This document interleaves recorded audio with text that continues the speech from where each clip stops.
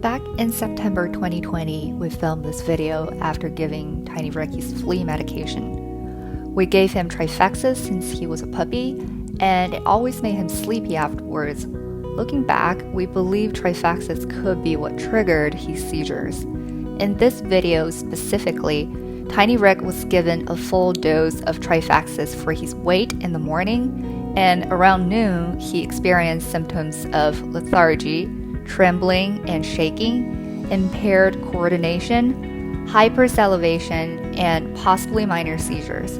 We thought those are known side effects of Trifexis and didn't look into it too much back then. About 2 weeks after we gave the Trifexis to Tiny Rick, I took him to the park to play fetch on a hot summer day. We played about 30 minutes and Tiny Rick was totally engaged and happy. But on the way back, it seemed out of nowhere he collapsed on the street and he was convulsing uncontrollably. I was terrified and I thought I was going to lose him. So I carried him home as fast as I could and filmed the following videos.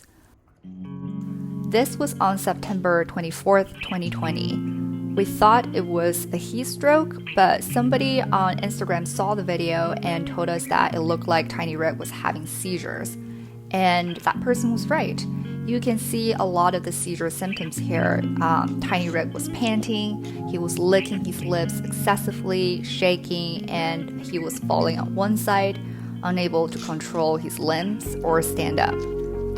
And this is a good reminder for the dog parents here. If you notice your dog acting abnormally or is displaying symptoms shown in this video, I know it can be really overwhelming, but it's always a good idea to document it so you can show the videos to the vet later.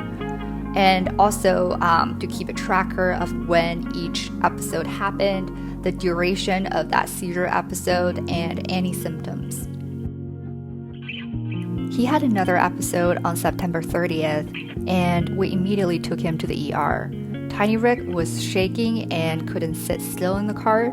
But once we got to the vet, he seemed better and the episode had passed. The vet looked at our videos and recommended that we put him on anti-seizure medications immediately. But we decided against it at that time, mainly because he was just about 2 years old, he's really healthy and active otherwise, and there's no seizure from his lineage for at least 3 generations. So we decided to try holistic treatments first. We took him off of Trifexis, switched to Frontline Plus for flea prevention, and put him on a liver detox. This seemed to work for a while, and we didn't see any major episodes for the rest of 2020. Starting March this year, Tiny Rick started having cluster seizures, meaning 2 or more seizures within a 24-hour period. This is what the vet told us to look out for, and it could be very dangerous. After another 2 trips to the ER, we took Tiny Rick to see a neurologist. The neurologist suggested that we test him for liver shunt first, but that came back negative. We also stopped giving him any flea medication and used a natural amber collar for a flea repellent and started giving him CBD oil in March. But Tiny Rick had another cluster of seizures in late April, and that's when we finally decided to put him on anti-seizure medication. Typically, there are 4 types of anti-seizure medications prescribed to treat seizures in dogs. The first one is phenobarbital, and it is administered twice a day for every 12 hours. We didn't pick this one because it is known to cause liver dysfunctions in dogs. The second one is levetiracetam, also known as Capra. Since this one is metabolized by the kidneys, it won't cause liver dysfunctions in dogs, but you do need to administer it 3 times a day for every 8 hours. The third one is potassium bromide. It is administered twice a day, but you need to be wearing rubber gloves while giving the drug and cleaning up any urine accidents or medication spills. The last one is zonisamide, and it's the one that we ended up putting Tiny Rick on because it seems to have the least amount of side effects reported. It is also administered twice a day, so we set alarms on our phone for 8:30 a.m. and 8:30 p.m. to give the capsule to TR every day. I put a detailed summary of these medications in a Google Doc, with a link in the description box below. Note that once you start your dog on any anti-seizure medication, you'll need to give it to your dog for the rest of his or her life. It is super important to administer it on time and not to miss a single dose, or your dog will be at risk for another seizure.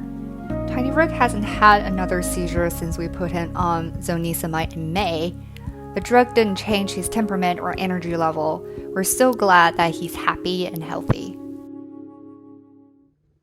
I want to offer a few tips on what you can do when your dog is having a seizure.